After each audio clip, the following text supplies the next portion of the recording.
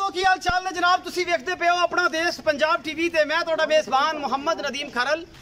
सब तो पहले अपने चैनल को करना है सबसक्राइब ते बेल आइकन ते क्लिक करना है कि अच्छी ते बेहतरीन वीडियो का नोटिफिकेशन हमेशा ही तरह तुहानू मिलता रहे, तुसी वेखदे रहो। अज लैके तुहाडे वास्ते हाजिर होए हैं एक पहलन पर नीली दी इंशाल्लाह घरेलू मझ है जिहदे विच कोई वाधा घाटा नहीं किसी किस्म का, और इंशाल्लाह ये जनाब झोटी तुहानू पहलन पसंद आएगी। घर की झोटी है, कोई व्यापार की नहीं, कोई किते की नहीं, बाकी लेने देने हमेशा इस तरह मुकद्दर होंगे ने।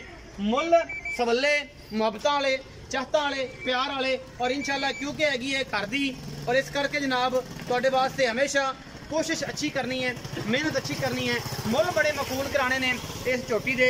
बाकी लेने देने हमेशा इस तरह मुकद्दर होंगे ने। यह जनाब मेरी कैमरे की निगाह दे विच एक पहलन झोटी मेरा कैमरामैन तसल्ली नाल तुहानू दिखा रहा है। अगे तुसी अपनी तसल्ली खुद करनी है।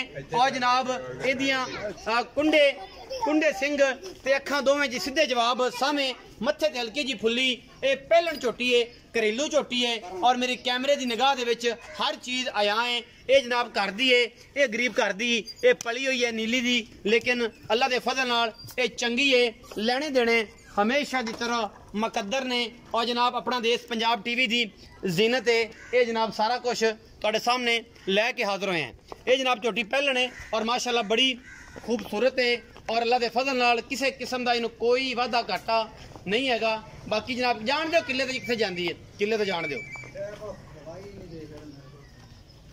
ये सारा कुछ जी माशाल्लाह अल्लाह के फजल नाल झोटी का तुहाडे सामने, और इंशाल्लाह तुहानू पसंद भी झोटी आएगी। असी पूरी कोशिश कर रहे हैं, और ये जनाब लेने देने मुकद्दर ने।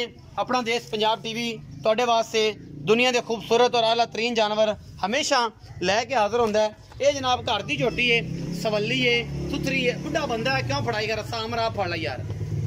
घर के विच खड़ी है, व्यापार की नहीं है, बार बार एक गल दसते पे हैं। बाकी ये जनाब चंगी है, ये माड़ी है, तुसी आप वेख लैनी है तसल्ली दे नाल। मुल कोशिश करांगे कि अच्छे और बेहतरीन कराइए, क्योंकि घर दी है, केड़ी है, व्यापार दी है। ये टुटे रस्से और इसका सारा कुछ दसदा है कि जनाब मैं झोटी जी घर दी व्यापार दी नहीं हाँ। बाकी आमर थोड़ा जहा मोहरा तू फड़ के रखी, एन आराम ना टोरी कि पूरे तसल्ले दी है ना, तसल्ला हो जाए अपने ये हवाने की, किसी किस्म का कोई मसला वादा घाटा ना रवे। तो माशाल्लाह झोटी होई तो चंगी है, बाकी सुथरी है, थण थुण सोहना कढ़िया तू माशाल्लाह। पिछे तो की है जी, कट्टी है, कट्टी के कट्टा, कट्टी पीछे कट्टी है। अच्छा बखाओ जी कैमरामैन साहब, कट्टी भी बखाओ, तो फिर चाचे वलियां करने सारिया गल्लां सांझियां, की हिसाब किताब है, की गल बात है, ये सारा मामला जनाब दे बिल्कुल सामने आ जाएगा, और इंशाल्लाह हैरान हो जाओगे। ये जी पीछे कट्टी है, इस पहलन झोटी के पिछे हुण करांगे चाचा वली नाल गल्लां कि चाचा वली भाई दस इस झोटी का पूरा खानदान और की मामलात ने। थोड़ा जिन्होंने नीवा करके बनी ना थल्ली एक बार फिर करा लीए, तो चाचा वली नूं आखिए कि जनाब चाचा वली आ जा, कट्टी उत्थे कोल लै, कट्टी बांह कोल लै, कट्टी कोल लै। ए माशाल्लाह अल्लाह दे फजल नाल कोशिशां और मेहनतां झोटी च बनने वाली है, बड़ी सुथरी थल्लों माशाल्लाह माड़ी नहीं, और इंशाल्लाह कोशिश भी पूरी है, और थन बड़ा सोहना कढ़िया सो कट्टी कोल बन दिओ। ते आओ जी चाचा वली आ भाई, ठीक है तू इत्थे खलोता रह, तेरा कड़ा रौला है, आपा को चोरी करनी। अस्सलाम वालेकुम जी। वालेकुम सलाम। बाबा वली की हाल चाल है? अल्लाह दा आसान, ठीक ठाक हो? ठीक ठाक। अच्छा बाबा वली पहले ते दसनी अपनी जहन मन गल के झोटी तेरी कर दी है, वफा दी नहीं कर दी सांभी, आप ही कट्टी सांभी, आप सांभी। ये तुहाडे सामने बंदे दी हालत कंडीशन तुसी आप देखते पे हो। अल्लाह ताला दा ये माल है, और ये बेचारे मेहनत करते हैं, इन्हें किसी लोड़ दी पारू अपना बेचता पे, कोई मामलात करने होने ने, या कोई मकान को बना हुआ है, जहन मन कर दी है, कोई ये व्यापार दी नहीं, तो टाकी शाकी वजी हुआ पूरी टैंडी मैंडी करके ना जनाब, तो इन्हू फिट किया हुआ। बाबा वली ये किन्ना दिनों दी सुई? इन्हू अज हो गया 5 दिन। 5 दिन? 5 दिन पिछे कट्टी सू कट्टी। अच्छा इस टाइम जो दुध करती पी जहन मन किन्ना करती पी, जेड़ा सारा है जिन्हें नक्कू तो नक्कू रख के मिला दी है? निचोड़ चोगे तो पूरा 5 किलो टाइम दा? टाइम दा। अच्छा दोवां टाइमां 10 किलो? 10 किलो निचोड़ दुध, निचोड़ इस झोटी कोल, इस कोल। अच्छा बाबा वली मुहब्बत प्यार वाला जेड़ा ना, चाहत वाला, वो मुल करना है कि जिहदे विच आपां थोड़ा बहुत लाड़ प्यार भी कर लईए, और थोड़ा बहुत लोगों को दसीए कि यार मुहब्बत प्यार भी हुई सी, ते बाबा वली वो मुल करना है। मुल तो मैं करना 2.5 लाख रुपया। पक्की गल कर यार, 2.5 लाख किन्ने देना आपां नूं?